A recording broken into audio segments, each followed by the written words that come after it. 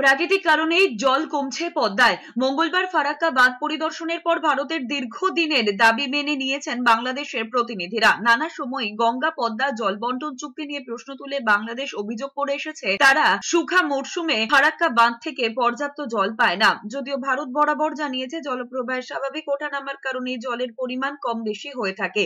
ভারতের দাবিকে মান্যতা দিয়েছেন ইন্দো বাংলাদেশ জয়েন্ট রিভার কমিশনের বাংলাদেশের প্রতিনিধি দলের প্রধান মোহাম্মদ আবুল হোসেন। এটা ন্যাচারাল, জল কমেছে, এটা কোনো বছর বেশি থাকবে, কোনো বছর কম থাকবে।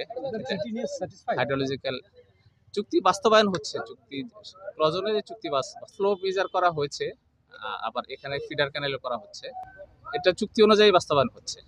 যেটা গঙ্গাতে মেজার করা হচ্ছে সেই পরিমাণ পানি বাংলাদেশে যাচ্ছে, আর যেটা ফিডার ক্যানেলে মেজার করা হচ্ছে এই পরিমাণ পানি কলকাতা যাচ্ছে। গঙ্গা ও তিস্তা জল চুক্তি নিয়ে 5 দিনের ভারত সফরে এসে দ্বিতীয় দিন ফারাক্কার ব্যারেজ পরিদর্শনে যান বাংলাদেশের 11 সদস্যের প্রতিনিধি দল। 1996 সালে ভারত ও বাংলাদেশের মধ্যে গঙ্গা জল বন্টন চুক্তির 30 বছরের মেয়াদ শেষ হবে 26 সালে। ওই চুক্তির পুনর্নবীকরণের জন্যই সোমবার 5 দিনের সফরে ভারতে এসেছেন বাংলাদেশের প্রতিনিধিরা।